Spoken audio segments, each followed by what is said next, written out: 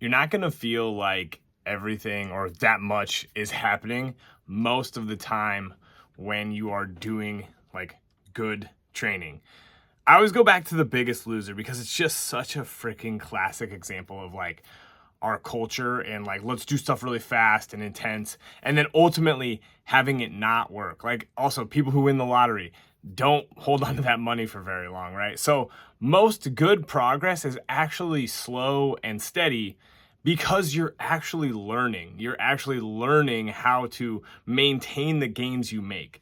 I recently talked to somebody who wants to lose like 50 pounds. And I'm like, what if it takes you 5 years to actually lose 50 pounds? Would that maybe be worth it? And like, well, I got to do it faster. I'm like, why? Right. And they didn't have a good answer. And because if you lost 50 pounds in 5 years, that would be worth it. Like, if it takes you 3 months and then you yo-yo back up, which is what happens a lot of times, you wouldn't have learned anything.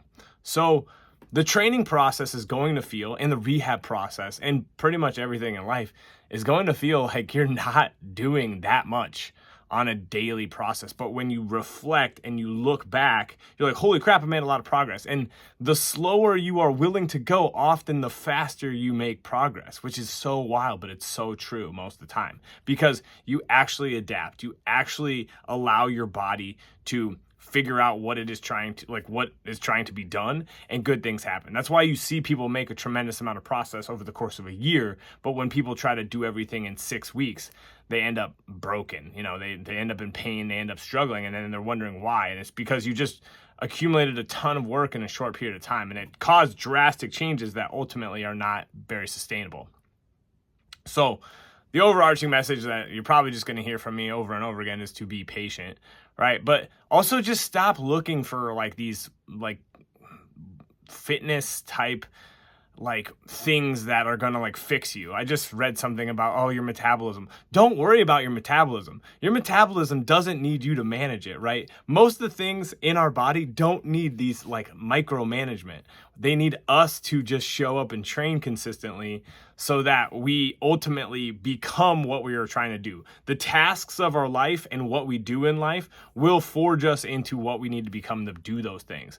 You sit around on your couch all day, you scroll, and you don't do anything, you're not going to need much physical preparedness. Whereas if you want to live a physical and active life, you should train for it and you should do the things you really enjoy because those things will make you into who you want to become. So, two overarching things.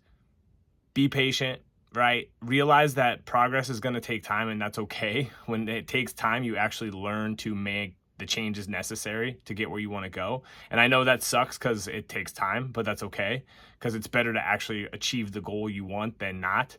And then finally, just put your head down and stop.